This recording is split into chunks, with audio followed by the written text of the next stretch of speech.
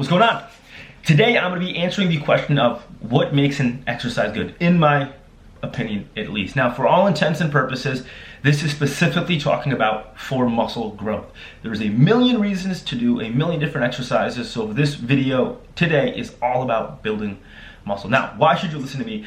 I've been working out for over 10 years now. I have helped over 100 individuals completely transform their physiques and their lives. I have competed in bodybuilding and I've gotten numerous guys ready for shows and even winning their shows. Now, let's jump into it.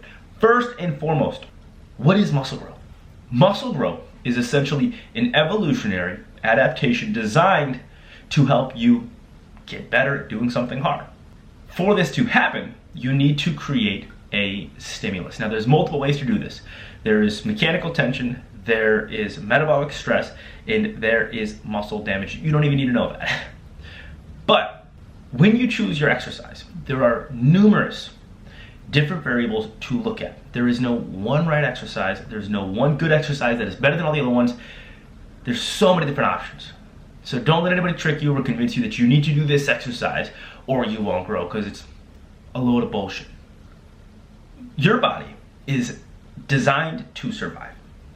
What that means is your body also wants to minimize how much work it has to do and make things as easy as possible.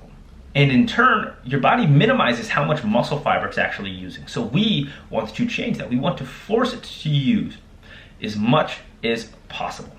I like to do this in two ways. First and foremost, the stretch. The stretch position of any exercise is going to be where you see the most growth. This is always going to be at the bottom. It's going to be in the stretch position in a fly or in a lat pull down or in a row, whatever. Focus on the stretch. Study after study after study has shown that this is where you are going to grow the most. It is where your muscle is the most vulnerable, and it is also where your body is going to be forced to recruit the most amount of muscle fiber.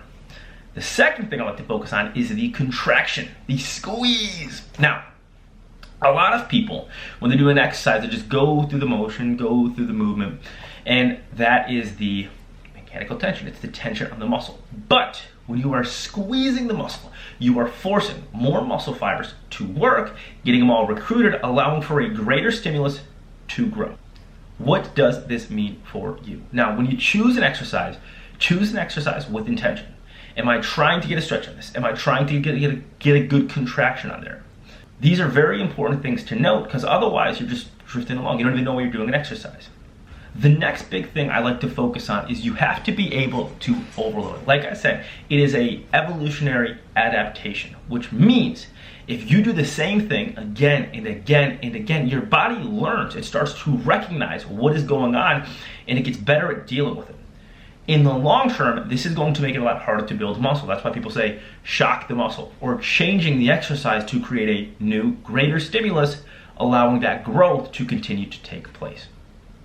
When you're choosing an exercise, you want to choose an exercise that you can continue to overload. And what this means is you want to be able to increase the weights you do or the reps you do every single workout, ideally. That's the idea behind progressive overload. You see, progressive overload is exactly what it's saying. You are progressively, over time, increasing the load, forcing your body to respond and adapt. You might do an exercise and it might just feel absolutely fantastic, but you tell your buddy, you show your buddy, and he doesn't like it. That doesn't mean it's a good or bad exercise. It just means it's best for you, and vice versa. If somebody tells you to do, hey, do this lateral raise like this, and for them, it's the tits, it's the best feeling on the earth, but for you, it just fucks up your shoulder, don't do it. Everybody's body is different, and everybody's body is going to respond differently. There's going to be this big process of trial and error, especially in the long run. You got to find out what works for you, because like I just said, everybody is different. When it comes to an exercise, the biggest thing I can tell you, the biggest piece of advice I can give you is choose an exercise that feels good, that feels right. Each person has different insertions, different lengths of their limbs, different muscle bellies, everything. It's all very, very different. So what feels good for you is what you have to listen to. Now, with this being said, to sum everything back up, what you should be looking for when it comes to what makes an exercise good is, one, what is the stimulus you can produce? What is the intention? Are you getting a good stretch, a good contraction? You're trying to keep tension in the muscle. 3, are you able to continually overload and increase the load over time? And on top of that, what do you enjoy? If you don't enjoy an exercise, you're not gonna do it. And that's a big part of the gym in the first place. You gotta find something that works for you, that you enjoy, that you would want to do in the first place. So if it doesn't feel good, listen to your body. Don't do it. If you're not having a good time lifting and working out, find a different way to do it. There are a million ways to build muscle. There are a million different exercises, different variations, different rep schemes, tempo schemes, whatever. There is no one right thing. The best thing is find what works for you.